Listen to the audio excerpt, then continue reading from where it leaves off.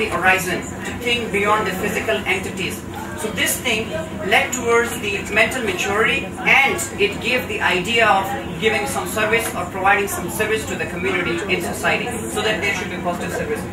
And what were the experiences that we learned from our students was, one of them is to be patient.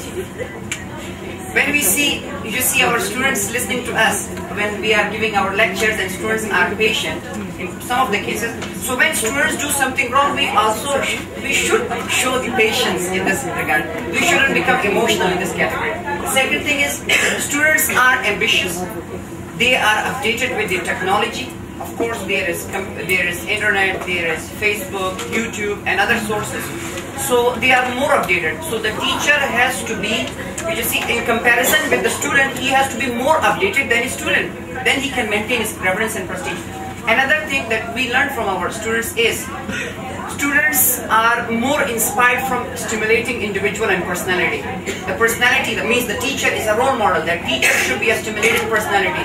His thoughts should be influencing, his ideas should be dynamic, and his personality should be very much sparkling and twinkling. So this is what we have learned from our students. Next is, students also want student-centered classes and equal participation.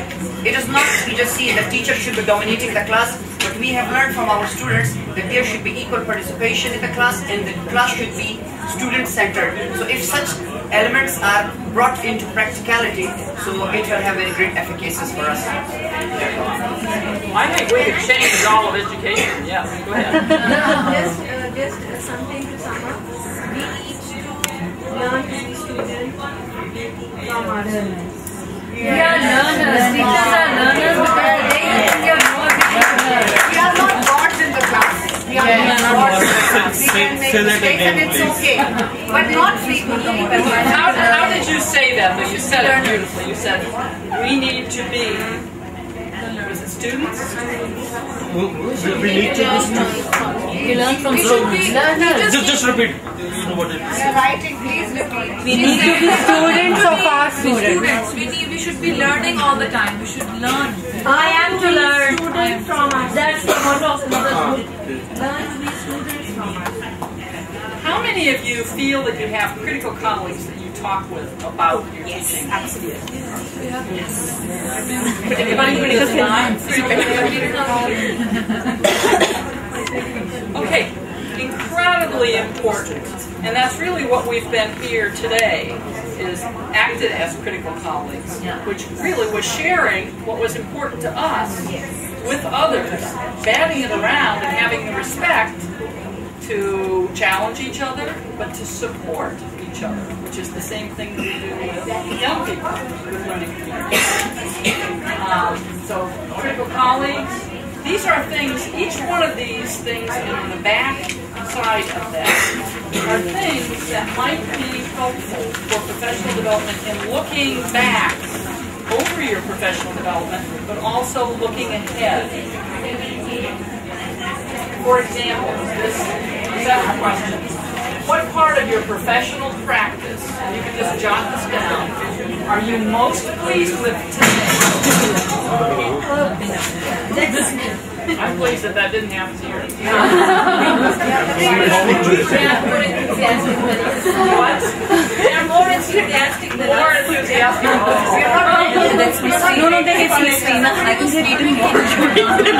Okay. Just think about, what are you most pleased with? And what is it, what are you aspiring to? If there's one really important education, it's aspiration. What are we aspiring to? Some of these models that you've talked about. The mother model comes to mind. The mother that is inspiring. Who inspires?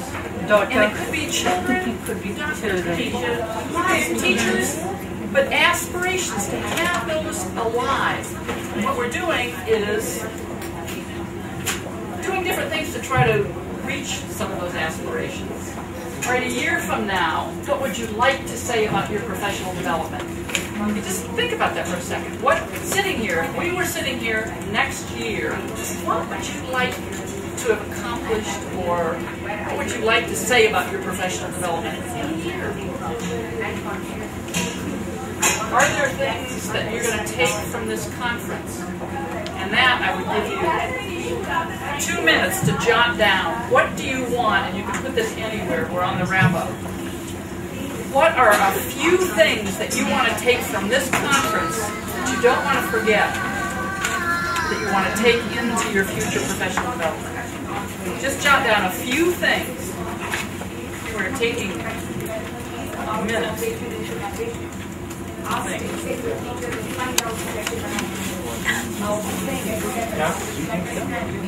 What you want to take from the conference?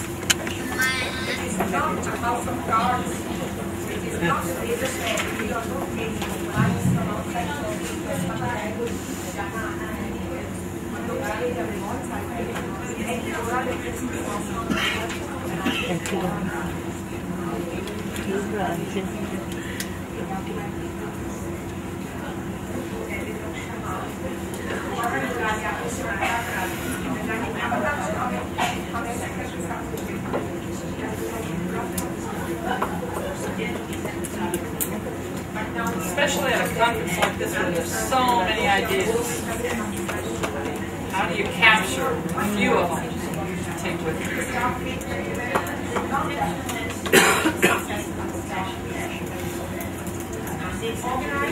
Okay, now to wrap up, what patterns, if any, did you see at your table? Did you see any patterns in your discussion? What was important to you?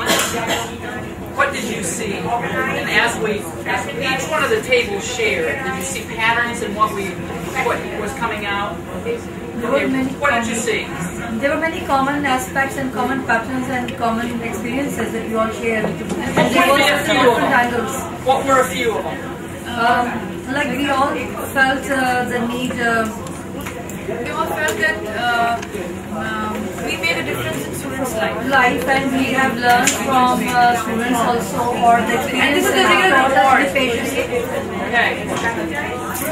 Potential are and how to positively go with the influence that we have, that we carry to the job. Okay, that was critically important. What you just said. Could you please repeat? Okay, absolute silence. I just said that we realize that how influential we are and how to make this influence have a positive effect on the students, on which positive, how much we can influence, make the best out of them. One thing that scientists discovered, within like the last 20, 25 years, mirror neurons. Mirror neurons in our brains.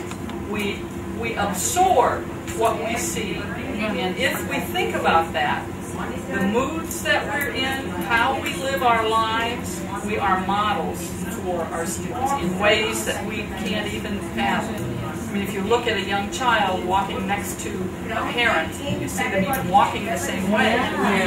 This happens in classrooms. Our brains are built this way, to mirror, to pick up what we see.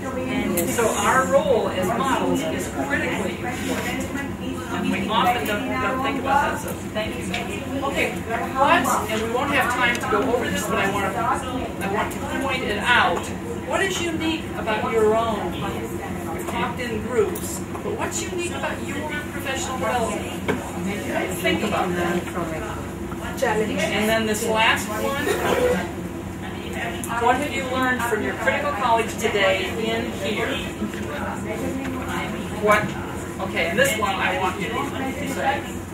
What have you learned? Okay, one thing that I would like to say that I am not a part of Beaconhouse Group system. I'm a guest over here. One thing that I have not learned just from this group, but from the other groups and sessions that I have been attending, that the system that I come from, the training program is just at its teething stage. And we need a long way to go. And Beaconhouse training system is a big inspiration for us.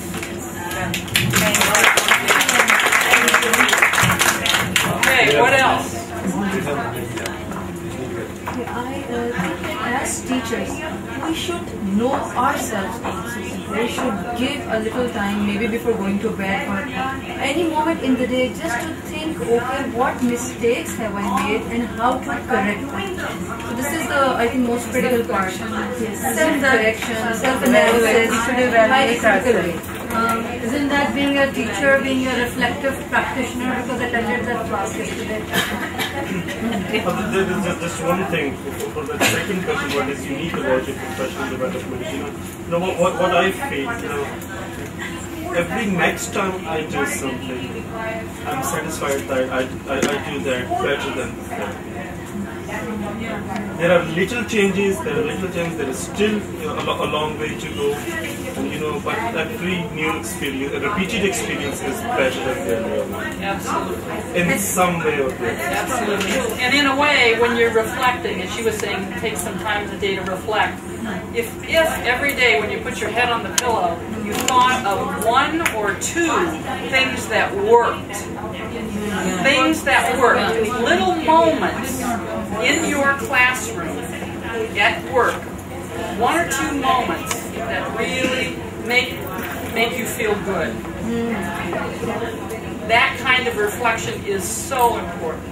And often we get trampled with a lot of activities that happen. What capture a few of those things that did work? How do we do that? Often we are captured in what did not work. Exactly. We stay in that. And we drive on that. We should be positive. All right. So what we're doing is we are teaching who we are. We are models. And if we're not alive and on fire and excited about what we're doing, what are we modeling for our children? Okay. Well, whenever you come out of class, there's some satisfaction over here. And then you might reflect yourself better. Oh yes, today is I done something. Yeah. And some of you, I don't know if you've ever kept a journal. That's one of the things that in my research I have teachers keep journals. And what we found out, what the teachers found out is that while they were writing it for me, all of a sudden it became something where they were having a conversation with themselves. It became a very valuable tool. And even if at the end of a week you jotted down 2 or 3 things that were wonderful about the week, you would be amazed when you look back at it. Or a little instance with a student where you learned something. Just write a little vignette, specifically what happened. Capture some of those moments and then look back at them. All right, you've been absolutely marvelous group to work with.